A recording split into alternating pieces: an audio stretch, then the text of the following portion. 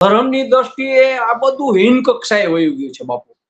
આપણને હવે શરમ નથી કે કોઈ સંતે પોતે મહામંડલેશ્વર 1008 એવીની ગાડી ઉપર મોટા સ્ટીકર મારી અને 2-3 હજારના ટોળા સાથે નીકળતો, માળાઓ આમ પહેરીને આમ બાળો આમ ભરચક લાગતો હોય સંત મહાસંત ને મહામંડલેશ્વર ને.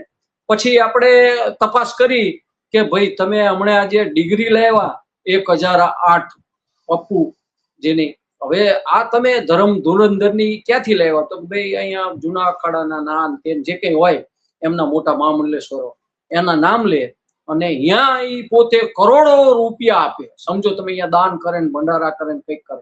આટલો બધો એ ખર્ચ જે છે, જે રૂપિયા છે ક્યાંથી લાવ્યો હોય છે? એ આશ્રમમાંથી લોકોને લૂંટ્યા હોય છે ધર્મના નામે. અને એ પૈસા એ લોકો એના આશ્રમમાં પોતાની ડિગ્રીમાં વાપરે છે.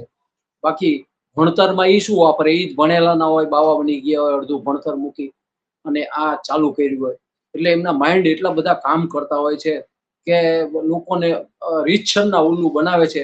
એમની સંસ્થાઓ આશ્રમો છે એ મોટા મોટા વિશાળ છે કે એમને કઈ આવી જરૂર પડશે ને કદાચ તો એમની પાસે પ્રોટેક્શન એ મળી જશે, એમની સાથે રાજનીતિ ભળી જશે, એમની સાથે મોટા વ્યક્તિઓ મળી જશે. અને જે વિરોધ કરતા હોય છે, ટૂંકમાં વિરોધ ના કહેવાય પણ જે સાચી વાત કરે છે એની વાતને આ લોકો સ્વીકારે નહીં અને એને કેવી રીતે દબાવી દેવાય એ હમણાં તમને જુનાગઢના વિવાદો તમે જોયા તો એ રીતે થઈ જતા હોય છે.